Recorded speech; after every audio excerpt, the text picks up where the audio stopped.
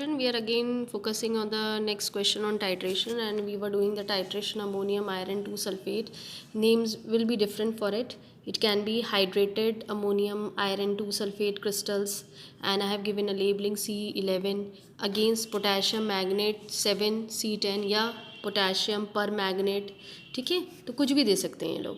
So I have given the labelling C11 C10. They can change the labelling. It's not necessary what I have written the same they will write down. It's depend on the board. So this titration we'll do. These are the questions. First of all, the object is also given to you, like C10 is a solution containing 1.5 gram per liter of potassium magnate 7 KMnO4. ये जो value है that is 1.5 ग्राम पर litre. This is the strength value. ठीक है, क्योंकि ग्राम पर litre पर है तो ग्राम पर लीटर क्या होता है, स्ट्रेंथ कह लो या फिर you can call it as concentration. Right, this value is for KMnO4. ये सैम्पल जो हमें दिया रखा है इससे बनाया गया. इट्स नॉट नेसेसरी, ये क्वेश्चन पेपर में गिवन है. ठीक है, इट कैन बी करेक्ट और it can be incorrect. Now this C11 if you talk about, this is the case. It's been labeling it I think C11 and concentration या strength इसकी कितनी दी रखी है, 18.4 ग्राम पर लीटर. तो ग्राम पर लीटर किसका होता है, तो स्ट्रेंथ की वैल्यू होती है, कॉन्सेंट्रेशन की वैल्यू होती है. तो ये क्या है, हाइड्रेटेड अमोनियम आयरन 2 सल्फेट है. अमोनियम आयरन 2 सल्फेट या आप कुछ भी कह सकते हो, अमोनियम फेरस सल्फेट, जो भी क्वेश्चन पेपर में गिवन हो. So they have now over here there are 4 question. ये ऑब्जेक्ट है क्योंकि ऑब्जेक्ट में ही आपको कॉन्सेंट्रेशंस की वैल्यू मिलती है. These are the 4 question because each titration will have 4 question. And the first question says the molarity of the solution of potassium magnate 7 C10, the molarity of the solution of hydrated ammonium iron 2 sulfate C11, the molarity molecular mass of hydrated mass. देखो एक बात याद रखना, जब हम x की value निकालते हैं तो ये हम कॉन्सेंट्रेशन या स्ट्रेंथ की वैल्यू नहीं निकालते, हम मॉलिकुलर मास की वैल्यू निकालते हैं, तब हम वैल्यू ऑफ x पे जाते हैं. और ये क्वेश्चन इंटर रिलेटेड होते हैं. जैसे आप KMnO4, क्योंकि लास्ट क्वेश्चन देखो क्या है आपका, अमोनियम आयरन 2 सल्फेट है, हाइड्रेटेड अमोनियम आयरन 2 सल्फेट. तो फर्स्ट क्वेश्चन कभी भी molarity of hydrated ammonium iron 2 sulphate नहीं होता, क्योंकि हम नोन से अननोन जाते हैं. ये हमारा अननोन क्वेश्चन है. तो जो हमारा पहला क्वेश्चन होगा वो क्या होगा, हमारा नोन होगा, यानी KMnO4 की वैल्यू हमें नोन रहेंगी. तो ये अगर यहाँ पे नीचे देख लेना, अगर AFS दिया रखा है तो ऊपर वाला पहला क्वेश्चन KMnO4 का ही मोलारिटी. अगर आप AFS का ही मोलारिटी, मैं शॉर्टकट में बोलती हूँ इसको AFS, क्योंकि अमोनियम आयरन ना फेरस सल्फेट भी बोलते हैं, तो मैं AFS शॉर्टकट बोल देती हूँ. आप लिखिएगा नहीं पर आप शॉर्टकट में बोल सकते हैं. तो आप अगर AFS का वैल्यू ऑफ x निकाल रहे हैं तो यहाँ पे वो उसका ही तो मोलारिटी नहीं निकालेंगे ना, उसको तो आप ढूंढ रहे हैं ना, उसी के तो आंसर निकाल रहे हैं. देखिए सब AFS की वैल्यू पूछी जा रही है तो एक तो नोन होगा. तो KMnO4 हमारे लिए नोन सोल्यूशन की तरह बिहेव करेगा और ये हमारा अननोन सोल्यूशन के लिए बिहेव करेगा. इसको फर्स्ट एक्सपेरिमेंट बोल दो या सेकेंड एक्सपेरिमेंट बोल दो, मैंने सेकेंड लिखा है, आप फर्स्ट भी कह सकते हो उसे. तो बेसिकली ये क्वेश्चन है. तो पहला क्वेश्चन है मोलारिटी ऑफ KMnO4, फिर मोलारिटी ऑफ आपका हाइड्रेटेड अमोनियम आयरन सल्फेट. क्योंकि ये वैल्यूज़ एक दूसरे से इंटर रिलेटेड, जो वैल्यू फर्स्ट क्वेश्चन में निकलेगी वो सेकंड में आप सब्सटीट्यूट करेंगे, जो सेकंड वैल्यू निकलेगी वो आप थर्ड क्वेश्चन में सब्सटीट्यूट करेंगे, जो थर्ड वैल्यू निकलेगी वो आप फोर्थ क्वेश्चन में सब्सटीट्यूट करेंगे. ये चीज़ आपके पास होती है. ठीक है ना. अब वैल्यू ऑफ एक्स है तो देखो यहाँ पे जो हाइड्रेटेड अमोनियम आयरन 2 सल्फेट है उसकी एक्स निकालनी है. तो यहाँ पे जो इसका ऑब्जेक्ट में दिया रखा है, यहाँ पे एक्स वाटर दिया रखा है. ठीक है, वो बात की बात है, जब आप कैलकुलेट करेंगे, आप जितनी आ रही हो, आपकी 2 आ रही हो, 5 आ रही हो, 7 आ रही हो, 8 आ रही हो, 10 आ रही हो, तो जो आपका कैलकुलेशन होगा वो वैल्यू लिखेंगे. एक्चुअल में तो स्टैंडर्ड वैल्यू अलग होती है ना, लेकिन पॉइंट क्या है कि आप क्या कैलकुलेट कर रहे हो वो मैटर करेगा. भाई एक्चुअल में तो 6 आनी चाहिए एक्स की वैल्यू, लेकिन आपकी क्या वैल्यू है, टीचर ने आपको क्या ये स्ट्रेंथ की वैल्यूज़ दी रखी हैं, आपकी टाइटर वैल्यू क्या आ रही है, तो ये एक्स की वैल्यू उसके बेस पे डिपेंड करती है. ठीक है, क्वेश्चन पेपर में स्ट्रेंथ क्या गिवन है, टीचर ने सोल्यूशन किस स्ट्रेंथ का बनाया रखा है, प्लस आपकी टाइटर वैल्यू कैसी आ रही है. ठीक है, क्लियर हो रही है बातें. प्लस इसमें एक और चीज़ आपको ध्यान देनी है, in the question paper the procedure is always given to you. ठीक है, प्रोसीजर पूरा गिवन होता है, आप कैसे एक्सपेरिमेंट करते हैं वो अलग वीडियोज़ में शेयर है, या थ्योरेटिकल बात हम कर रहे हैं. और ये इक्वेशंस दी रहती है, क्योंकि इस इक्वेशन से आप नंबर ऑफ मोल्स की वैल्यू निकालते हैं, ये आयनिक इक्वेशन से. ठीक है, कि Mn में कितना है, कितना आगे बैलेंसिंग लगी हुई है, यहाँ इधर MnO4 कितना है जो हमें Mn+2 में कन्वर्ट कर रहा है. तो ये यहाँ 2 वैल्यूज़ हैं, यहाँ इससे हम N1 की वैल्यू और इससे हम N2, ये हम आपको आगे बताएंगे. तो वैल्यूज़ निकालते हैं. ठीक है, सब आपको दिया रहता है. मॉलिक्यूलर वेट जहाँ निकालना है तो वैल्यूज़ एटॉमिक मास की दी रखी हैं.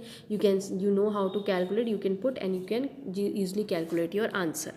12th, we are again focusing on the observation table. You have to make this observation table that has been given by the council. Serial numbers हैं, ये initial Bureau rate reading होती है, ml में है, final Bureau rate reading.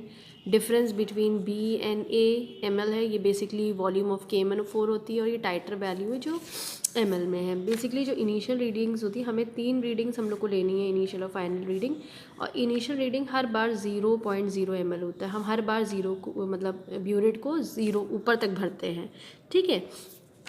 तो ये reading same होती है, ये हमारी चेंज करती है. मैं अभी एक जनरल रीडिंग लिख देती हूँ आपको. देखो, ये इंडिविजुअल टू इंडिविजुअल अलग होती हैं ये रीडिंग्स, ठीक है, क्योंकि भाई मैं किस तरह से प्रैक्टिकल करूँगी, आप किस तरह से प्रैक्टिकल, आपकी आई क्या दिख रही है, देख रहा है आपकी आंखों से, तो वो रीडिंग्स वैरी करती हैं. लेकिन बेसिकली इसमें जो 2 रीडिंग्स होती हैं, they should be a concordant reading. Concordant reading का मतलब होता है 2 रीडिंग एक सी आनी चाहिए. तो ये दोनों रीडिंग्स जो हैं बेसिकली आपकी कैसी हैं, कॉनकॉर्डेट रीडिंग, ठीक है. बेसिकली ये दोनों रीडिंग्स एक सी हैं, मतलब 2 रीडिंग्स एक सी आनी चाहिए, एक रीडिंग फ़र्क हो. लेकिन जो ये एक रीडिंग भी है, इनके बीच में ज़्यादा डिफरेंस नहीं होना चाहिए. अगर आप सोचें 24.2 और आ गई और एक आपकी 27 आ रही, देन यू विल गेट 0. इस पूरी ऑब्जर्वेशन टेबल के 3 मार्क्स होते हैं, ठीक है, पहली चीज़. सेकेंड होता है डोंट यूज़ पेंसिल. कुछ रूल्स हैं बेटा, you have to use pen, either blue और black. No whiteners, no overwriting, ठीक है. You will just write down the same because difference is what B minus A. So whatever you are minusing from 0, then you will get the same number. So you write down the same thing, right? So I am repeating now. Titer value, the 2 values which are same, that value, 1 value will write down here. So this will be the titer value. Now I have already explained you what are the places where the marks will be cut. So we have discussed earlier. Now next is your again you have to write down the titer value over here separately, that is 24.2 ml. This is the titer value, and this value you have to show to the visiting examiner, मतलब whosoever is coming as a examiner in your school. So this value you have to show, ये दिखानी भी है और आपको Bureau rate में भी दिखानी है, ठीक है. फिर आपका होता है साइज ऑफ पिपेट, जिसको हम इसको एक और चीज़ लिखी होती है कैपेसिटी ऑफ पिपेट, ठीक है. It's depend on your school to school. In my school it is 25 ml. 2 ही वैल्यूज़ होती हैं, या तो 20 ml की होती है इसमें, ठीक है, या 25 ml की होती है. यही 2 ही हैं जो स्कूल्स में यूज़ होती है. मेरे स्कूल में 25 ml यूज़ हो रही है, तो मैंने 25 लिखा है. आपके स्कूल में जो आपका टीचर आपको बताएगा वो आपको लिखना. और इसी के वजह से ही आपकी सारी जो रीडिंग्स होती हैं वो चेंज हो जाती हैं, मतलब टाइटर वैल्यू भी बदल जाएगी, और आपका जो वॉल्यूम ऑफ आपका क्या कहते हैं अमोनियम फेरस सल्फेट जो आप भरते हैं वो पिपेट में ही भर के लिखते हैं, तो वो वैल्यूज़ उसकी वॉल्यूम भी चेंज हो जाती है, ठीक है. तो रीडिंग फ़र्क हो जाती है. तो please don't ignore this point because it is very very important, because it is affecting your titre value, ठीक है. And it's depend to class. I am showing you this is the pipette, and in my school it's 25 ml, and you have to fill up till this point, and from here we have to suck the AFS. So I'm just using the shortcut for that, ammonium iron 2 sulfate. So that can be hydrated ammonium iron 2 sulfate, that I have already mentioned you. So this is the case. Now this is the potassium permanganate solution. This is your this is AFS, and this is the apparatus, measuring cylinders and all that. We have to use it over here. This is the Bureau rate that has been filled, and its capacity is about 50 ml. So I am just showing you that this particular Bureau rate, it is been filled with the KMnO4. तो इसमें KMnO4 भरा जाता है, और जो आपका conical flask होता है उसमें आप है ना AFS डालते हैं और सल्फ्यूरिक एसिड डालते हैं. उसका प्रोसीजर अलग है, ठीक है. तो यहाँ से आप ऊपर से टॉप से फिल करते हैं, और 0 आपका यहाँ ऊपर आता है, 50 ml नीचे आता है. तो जैसे जैसे आप इसको निकालते जाएंगे, ये जो KMnO4 ही नीचे आता रहेगा, और एक पॉइंट आएगा जहाँ आपको रीडिंग आएगी. तो सपोज़ करो आपका इस जगह पे कहीं पे पॉइंट आ जाता है और मानने की बात है ये रीडिंग 20.5 है, हो सकता है ग्लेयर पड़ रहा है तो आपको नहीं दिख रहा हो, लेकिन बट दिस से वे यू कैन सी। तो जब नीचे से निकलेगा तो ये यहाँ देखो इसमें रीडिंग्स लिखी हुई हैं आराम से। तो सपोज़ करो मेरी रीडिंग यहाँ पे आ रही है 24 पे, इस जगह ये ऊपर तक खाली हो गया, तो मेरी टाइटर वैल्यू क्या होगी 24 हो गई। ये चिल्ड्रन टू चिल्ड्रन डिपेंड करता है ना कि भाई बच्चा क्या देख पा रहा है, उसको क्या दिख रहा है, कैसे उसने एक्सपेरिमेंट करा है। तो ये मेरा 24 ml यहाँ तक आ गया, जब लिक्विड सारा निकल जाएगा तो 24। अब यही रीडिंग 2 बार आनी चाहिए मेरी, अब 2 बार आ जाएगी तो वो मेरी रीडिंग क्या होगी, कॉनकॉर्डिनेट रीडिंग, वही मेरी टाइटर वैल्यू होगी। ठीक है, तो ये एक्सपेरिमेंट है, ये दूसरे वीडियोज़ में शेयर करेंगे तो उसमें आप देख सकते हैं, लेकिन मैं आपको यहाँ पे बता रही हूँ कैसे वो टाइटर वैल्यू आई। ये आप एक्सपेरिमेंटली एक्सपेरिमेंट सब करते हैं तब जाके आता है। So I think this is clear to you how you have to get the titre value and the marking is already there in the burette, on the burette. So from here you can easily see how you are filling it, और आपको हर जगह उसकी values दिखेंगी। देखिए top में आपको 0 दिख रहा होगा। ठीक है, सोल्यूशन भरा हुआ है KMNO4 का, तो might be you are not able to see but it's there, 0 is been marked on the top. ठीक है, तो this way again we have already discussed these questions and I am again showing you। तो हम question को देखेंगे। हमारे 4 questions हैं, इसमें वैल्यू ऑफ एक्स निकालना है। ये 2 पार्ट्स थे जो मैंने तो पहले बताया था, क्वेश्चन पेपर में गिवन होते हैं और ये स्ट्रेंथ है। अब इसका ही हम लोग को काम है, तो हम चलो अपना पहला क्वेश्चन देखते हैं जहाँ पे molarity of KMNO4 we have to check. तो I have written the formula molarity of KMNO4 C10 है स्ट्रेंथ अपॉन मॉलिक्यूलर वेट। ये स्ट्रेंथ की वैल्यू हमें क्वेश्चन पेपर से मिलेगी, मैंने पहले ही आपको दिखाया रखा है अभी पीछे। तो उसमें वैल्यू KMNO4 की जो गिवन थी आपको 1.5 दी रखी थी, या 1.5 लिख लीजिए या उसको 1.50 लिख लीजिए, नो इश्यूज़। चलो मैं उसको 1.50 कर देती हूँ।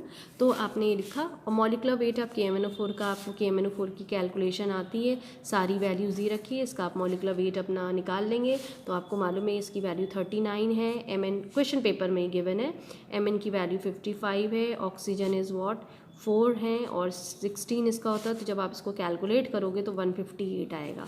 ठीक है, तो यहाँ 158 से डिवाइड कर देंगे तो आपको कितनी वैल्यू आ रही है 0.00। कैलकुलेटर्स आपको यूज़ करने हैं, साइंटिफिक कैलकुलेटर्स।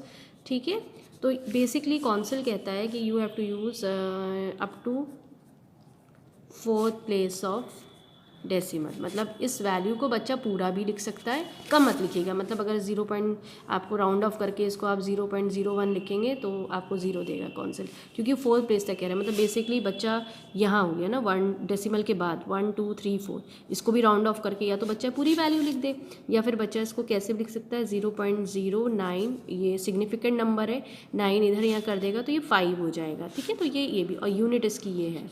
ठीक, answer with unit is important, यहाँ पे मार्किंग है। आप देखो ये सब चीज़ें मैं आपको समझा रही हूँ, ये आप क्वेश्चन पेपर में मत लिखिएगा, आप आंसर में जब लिखेंगे तो आपकी ये चीज़ आएंगी 1 2 3 4, ये स्टेप आएगा, ये आप ये ले लीजिए जो आपकी इश्यूज़ हैं। ये मैं सिर्फ समझा रही हूँ कि कौंसिल क्या कह रहा है।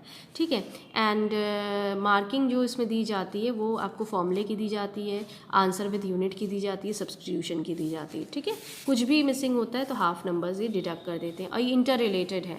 तो ये आपका जो KMNO4 की वैल्यू निकल आई है, और M1 इसकी, ये M1 है मोलारिटी। हम इसको, अब हम दूसरा फॉर्मूला लिखते हैं जो है आपको क्वेश्चन पेपर में हमें जो दिया रखा है, वो कहा गया है कि you have to calculate molarity of hydrated, क्योंकि क्वेश्चन पेपर में मैंने हाइड्रेटेड अमोनियम जो नाम लिखा है आपको वही लिखना है, अमोनियम आयरन 2 सल्फेट, और इसकी वैल्यू भी मैंने दी रखी है C11। ठीक है, तो ये मैंने लिखा हुआ है। तो इसका फॉर्मूला जो होता है, अब इसमें ये स्ट्रेंथ अपॉन मॉलिक्यूलर वेट नहीं लिखना है, इसका नया फॉर्मूला होता है M1V1 upon M2V2 is equals to N1 upon N2।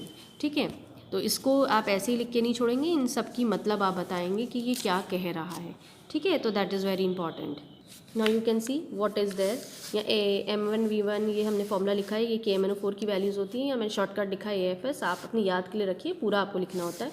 अब देखिए क्या है, M1 की वैल्यू है मोलारिटी ऑफ पोटेशियम परमैंगनेट, जो हमारा हमने 10 यूज़ करा रखा है अपने क्वेश्चन पेपर में, और ये भी वही रहेगा C10, ये C11 हमने यूज़ करा रखा है। तो ये आप मोलारिटी ऑफ आयरन सल्फेट आपकी C11 है, फिर उसी का जो आपका V2 है वो आपका वॉल्यूम है। ठीक है, तो आप अपना वॉल्यूम इसको ले लीजिएगा V2, N1 हो जाएगा number of moles of C11, और N2 हो जाएगा नंबर ऑफ मोल्स इस C, मतलब नंबर मैंने बदल दिए थे क्योंकि मैंने दूसरा भी एक वीडियो बनाया था तो मैंने उसमें नंबर चेंज करे हैं।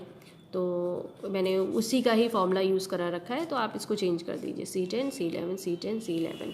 अच्छा, अब हम इसको बताएंगे कि N1 और N2 नंबर ऑफ मोल्स आप कहाँ से देखेंगे, क्वेश्चन पेपर में दिखेगा। क्वेश्चन पेपर में ही आपको इक्वेशंस गिवन होंगी, आयनिक इक्वेशंस पे फोकस कर लीजिएगा। देखो MnO4 किसको रिलेट कर रहा है, KMnO4 का, तो इसके आगे जितना भी कोफिशिएंट शीजोमेट्रिक कोफिशिएंट लिखा हो वो वैल्यू हो जाएगी आपकी N1। और यहाँ पे 10 Fe ये बेसिकली उसी से है, हाइड्रेटेड अमोनियम आयरन 2 सल्फेट से निकला है, तो ये 10 इसका, चाहे आप यहाँ से इसको रिलेट अप कर लीजिए यहाँ से, तो 2/10 यहाँ से हमारे पास आया है। ठीक है, तो don't get confuse from where we have got this 2/10 when we'll write substitute the values. ठीक है, तो ये N1 की वैल्यू है, ये N2 की वैल्यू है। इसमें वैल्यूज़ लिखना शुरू करिए। देखिए M1 है, आप पीछे से कैलकुलेट करके आए, कितना है पहले आप लिख लीजिए कि आपका क्या क्या है। फॉर्मूला तो हम देख ही चुके हैं, मैं ये ले रही हूँ, पूरी वैल्यू ले रही हूँ, क्योंकि मुझे कैलकुलेशन में पूरी वैल्यू समझ में आती है कि डेसिमल में बहुत फ़र्क आ जाता है आंसर्स में। ठीक है, और V1 मेरी वैल्यू है, ये हमारी वॉल्यूम ऑफ KMnO4 है, ये टाइटर वैल्यू होती है, मैं ये लिख देती हूँ। बेसिकली टाइटर वैल्यू ही आपकी V1 की वैल्यू होती है, और हमने यहाँ पे जो अपनी टाइटर वैल्यू निकाली, अगर हम स्टैंडर्ड वैल्यू ले लेते हैं तो मैंने शायद 24.2 ml दिया है। ठीक है, ठीक है।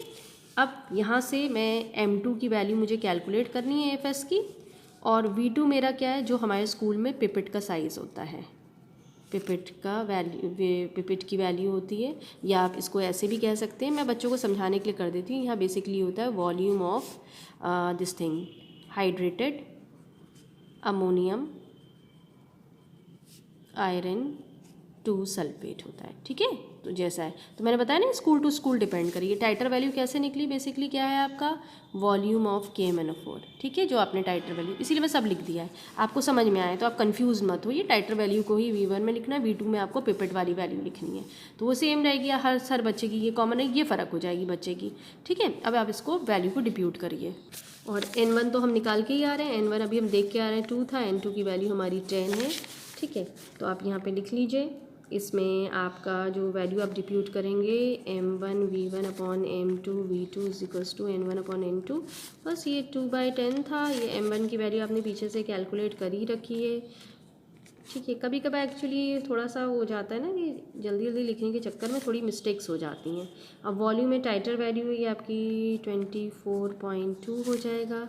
M2 आपको निकालना है, V2 आपने, हमारे स्कूल में 25 ml है तो हमने 25 ml लिया रखा है, तो आप M2 की वैल्यू निकालेंगे, कैलकुलेटर से कैलकुलेट कर लीजिएगा, ये 0.0459 m। ये भी याद रखना 4th प्लेस ऑफ डेसिमल तक ही लेनी है। ठीक है, ठीक, मतलब डेसिमल के बाद 4 1 2 3 4 आपको वैल्यूज़ यूज़ करनी है। अब जो हमारा थर्ड क्वेश्चन था इसमें, वो था molecular mass of hydrated ammonium iron sulphate. ठीक है, ये इसकी वैल्यू C11 थी ना, हमने लिखा था। इसका फॉर्मूला मॉलिक्यूलर मास का क्या होता है, बेसिकली मॉलिक्यूलर मास आपको ध्यान देना है। स्ट्रेंथ की फॉर्मूला क्या था, स्ट्रेंथ आपका बेसिकली, अगर आप स्ट्रेंथ को ना याद रखिए, आपने अभी मोलैरिटी पढ़ा है। मोलैरिटी क्या होता है, strength upon molecular wait. Was the third question which we were doing and we want to calculate the molecular mass of hydrated ammonium iron sulfate C11। आपने स्ट्रेंथ का ये फॉर्मूला पढ़ा है, यहाँ से आपने मोलैरिटी का फॉर्मूला स्टार्ट करा था, और यहीं से आप मॉलिक्यूलर वेट निकाल लेंगे। Molecular weight is equals to strength upon molarity. Strength की वैल्यू क्वेश्चन पेपर में गिवन होती है, ये वो आपकी कैलकुलेटिव वैल्यू, मैंने राउंड ऑफ करके यूज़ करा है, तुम पूरी वैल्यू काफ़ी बड़ी आती है इसमें जो आई है वो 0.04599493 आई है। It's depend on you what you are using. ठीक है, तो मैं सिर्फ आपको ये बताना मांग रही हूँ कि अगर टीचर स्ट्रेंथ फ़र्क दे देती है तो वैल्यू ऑफ एक्स फ़र्क आती है। ठीक है, तो ये आपकी वैल्यू ऑफ एक्स आप आगे कैलकुलेट करोगे। अब इसको आपको कैलकुलेटर से कैलकुलेट कर लेना, तो ये आपकी वैल्यू करीबन 400.87 आ जाएगा। ठीक है, ये आपके पास है ना मॉलिक्यूलर वेट की वैल्यू है। अब आप इसमें वैल्यू ऑफ एक्स निकालेंगे। अब ध्यान दो, वैल्यू ऑफ एक्स जो है हमें क्वेश्चन पेपर में फॉर्मूला वगैरह सब दिया रखा था AFS का, और हमें उसी पे फोकस करना है। तो बेसिकली हमारा वैल्यू ऑफ एक्स हम किसका निकाल रहे हैं, हाइड्रेटेड अमोनियम आयरन 2 सल्फेट का। तो ये हमारे पास फॉर्मूला गिवन है। ठीक है, और ये 6 वाटर मॉलिक्यूल्स, सॉरी एक्स, यहाँ पे एक्चुअल में एक्स 6 आता है, लेकिन यहाँ इसमें ये 6x की वैल्यू 6 आती है, लेकिन मैं फिर बता रही हूँ ना, ज़रूरी नहीं है, ये डिपेंड करेगा टीचर ने क्या वैल्यू दी रखी है। अभी हम लोग के जो क्वेश्चन हम कर रहे हैं इसमें 6 नहीं आएगी, इसमें 7 आएगी, ठीक है। तो ये वाटर हमारा है। अब इसी की हमें ये बेसिकली हमारा C11 हमको गिवन है, तो इसमें जो फॉर्मूला आपको यूज़ करना पड़ता है वो आपका जो है उसको आप ध्यान दीजिए। Strength is equals to molarity into आपके पास मॉलिकुलर वेट है ना। अब यहाँ क्या है, फॉर्मूला वेट है, मॉलिकुलर वेट के बदले आप क्या करेंगे, फॉर्मूला वेट लिख देंगे, ठीक है। स्ट्रेंथ की वैल्यू क्वेश्चन पेपर में इसकी करीबन 18.4 दी रखी है। मोलैरिटी M2 निकाल के ही आए हो तुमने कितनी निकाली थी अभी पीछे, आई थिंक 0.0459, ठीक है। ये फॉर्मूला वेट है, ये फॉर्मूला वेट इसका फॉर्मूला आपने बेसिकली आप इसको कैलकुलेट करेंगे तो वाटर की वैल्यू 18 होती है, तो 18x से इसको जोड़ना पड़ता है। आप इस पूरी चीज़ को कैलकुलेट करोगे, सब फॉर्मूले मतलब गिवन है आपके पास, तो आपको वैल्यूज़ दी रहती है।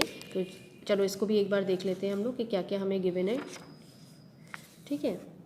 तो हमें Fe की जो वैल्यू दी रखी है, अगर इसको हम अलग कर रहे हैं, यहाँ हमें नहीं करना, हम अलग अपने कर रहे हैं, दिखाना भी नहीं है, लेकिन मैं समझा देती हूँ क्योंकि तुम लोग सोचोगे कि मैम पता नहीं कहाँ से ले आई।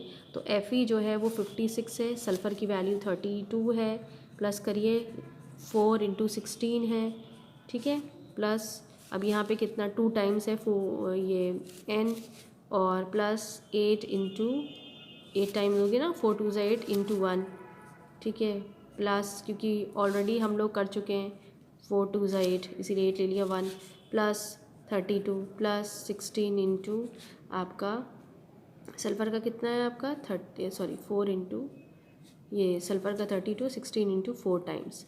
तो ये जब आप कैलकुलेट करोगे तो ये आपकी करीबन वैल्यू आएगी 284। अब लेकिन क्योंकि वाटर है जो यहाँ ये x टर्म में दिया रखा है, तो x, ठीक है, वाटर की वैल्यू होती है, आप कैलकुलेट करोगे तो 18 आएगी आपको, ठीक है। तो ये कितना हो जाएगा 18x। तो अब जो हमारा फॉर्मूला वेट है उसमें हम ये वैल्यू लिखेंगे, ये मैं सिर्फ दिखाने के लिए आपको करा है, 284 प्लस 18x, ठीक है। ये लिखना नहीं है आपको, लेकिन आपको समझना है कैसे आया है ये, तो ये आपको ये लिखना है। अभी आप इसको करिए, आप 18.4 is equals to 0.0459 into 284 plus 0.0459 into 18x, ठीक है। तो 18.4 कैलकुलेट कर लेना, क्योंकि कैलकुलेशन में थोड़ा बहुत हर इंसान से मिस्टेक्स हो जाती हैं। 356 प्लस इसको कैलकुलेट करोगे 0.8262x, ठीक है। इसको यहाँ ले जाओ, माइनस कर दो, ठीक है। ये आपका 0.8262x, तो ये आपकी वैल्यू होगी 5.3644 और ये 6.49। तो राउंड ऑफ करोगे भाई तो ये 6.5 आएगा, है ना। एक मिनट, हमने जल्दी जल्दी में लिख दिया है, ये x की वैल्यू आ जाएगी ना, क्योंकि ये डिवीजन में चला है। अभी ऐसे ही लिखो 0.8262x। अब x अगर हमें लिखना है तो 5.3644, तुम इस तरफ ले आना x को, 0.8262, तो ये x की वैल्यू तुम्हारी आएगी अराउंड 6.49। जो आप इसको ऐसे नहीं लिखेंगे, ऐसे लिखेंगे तो 0 मिलेगा, राउंड ऑफ करके आप 7।